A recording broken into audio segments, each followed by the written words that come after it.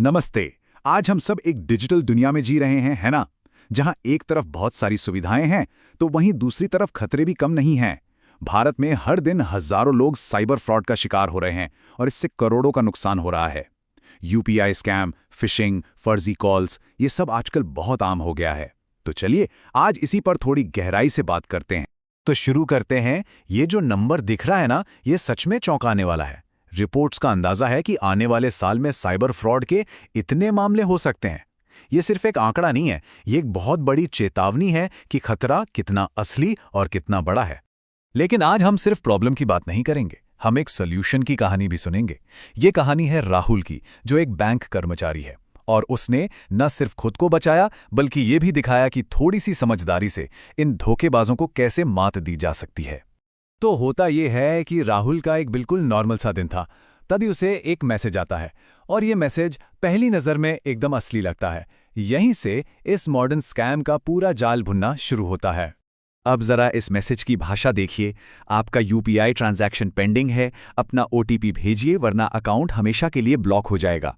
ये शब्द जानबूझकर चुने जाते हैं ताकि एक डर और जल्दबाजी का माहौल बने। और तो और साथ में एक क्यूआर कोड भी था ताकि सब कुछ बिल्कुल असली लगे। राहुल ये मैसेज पढ़ ही रहा था कि उसका फोन बजने लगता है और दूसरी तरफ से कोई शख्स खुद को बैंक का अधिकारी बताकर डिटेल्स मांगने लगता है। सोचिए, ये एक तरह का डबल अटैक है। पहले मैसेज से प्रेशर बनाया और फिर तुरंत कॉल करके उस प्रेशर को और भी ज्यादा बढ़ा दिया। अब एक पल के लिए सोचिए, अगर राहुल की जगह कोई और होता तो क्या करता? जब इतना डर और घबराहट हो तो सही फैसला लेना कितना मुश्किल हो जाता है ना? और बस यही वो मोमेंट है जहां अक्सर लोग गलती कर जाते हैं। लेकिन राहुल ने वो नहीं किया जो स्कैमर चाहता था। यहीं पर उसकी समझदारी काम आई। तो चलिए अब देखते हैं कि उसने आखिर किया क्या और कैसे पूरा गेम ही पलट दिया।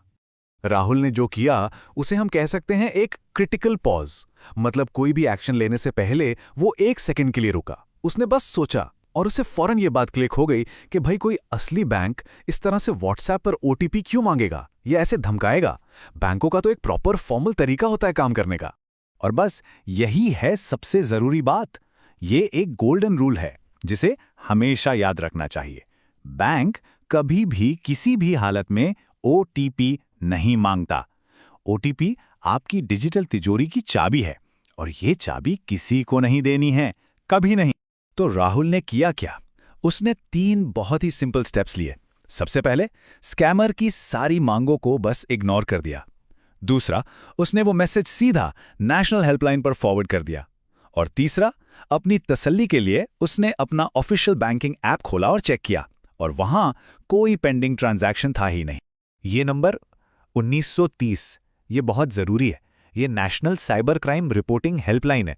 राहुल ने इसी का इस्तेमाल किया था। कभी भी अगर ऐसा कुछ हो तो फौरन इस नंबर पर रिपोर्ट करना चाहिए। इससे पुलिस तुरंत एक्शन लेती है।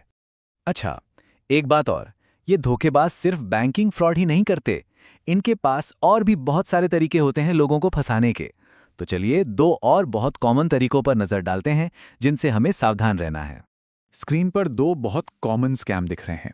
एक तरफ है fake job offer, work from home करके आसानी से पैसे कमाने का लालच और फिर एक खतरनाक लिंक पर क्लिक करने के लिए कहा जाता है। दूसरी तरफ है लॉटरी स्कैम कि भाई एक बड़ा इनाम जीत लिया है, बस उसे क्लेम करने के लिए छोटी सी फीस देनी होगी। तरीके अलग अलग हैं पर मकसद एक ही है, या तो पैसा चुराना या फिर कीमती डेटा। तो स्कैम्स को पहचानना तो ज़रूरी है ही, पर उससे भी ज़्यादा ज़रूरी है कि हम पहले से ही खुद को सुरक्षित रखें। एक तरह का डिजिटल सेफ्टी शील्ड तैयार करें। तो देखते हैं कि हम प्रोएक्टिव होकर यानी पहले से ही क्या क्या कर सकते हैं। और इसकी शुरुआत होती है एक स्ट्रॉन्ग पासवर्ड से। अब देखिए, राहुल 123 जैसा पासवर्ड कोई भी आसानी से गैस कर सकता है। एक मजबूत पासवर्ड कैसा होता है? उसमें सब कुछ मिक्स होना चाहिए। बड़े अक्षर, छोटे अक्षर, नंबर्स, सिंबल्स, जैसा कि यहां दिख रहा है। ये समझिए कि ये आपके डिजिटल घर का ताला है और ताला तो मजबूत ही होना चाहिए। और ये रही एक सेफ्टी चेकलिस्ट। सबसे पहले तो 2 फैक्टर ऑथेंटिकेशन यानी 2FA जरूर ऑन करें। दूसरा, अपने सारे ऐप्स को हमेशा अपडेट रखें। पब्लिक वाईफाई पर बैंकिंग ट्रांजैक्शन तो बिल्कुल भी नहीं करना है। अपनी यूपीआई ट्रांजैक्शन पर एक लिमिट सेट कर सकते हैं। किसी भी अनजान या शक वाले लिंक पर क्लिक करने से बचें। और हाँ, एक भरोसेमंद एंटीवायरस सॉफ्टवेयर भी जरूर इंस्टॉल करें। तो अब हम लगभग आखिरी में आ गए हैं और एक बात समझना बहुत ज़रूरी है। साइबर सेफ्टी सिर्फ पुलिस या बैंकों की जिम्मेदारी नहीं है।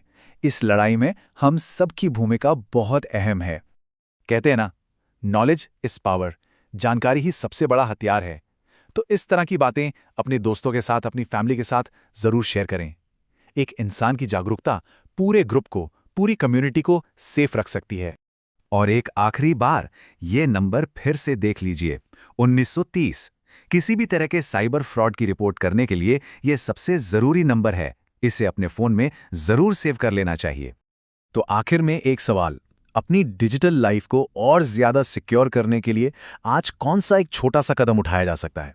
शायद अपना पासवर्ड बदल लिया जाए या 2FA ऑन कर लिया जाए। जो भी हो, शुरुआत आज से ही करनी है। अलर्ट रहिए और सेफ रहिए।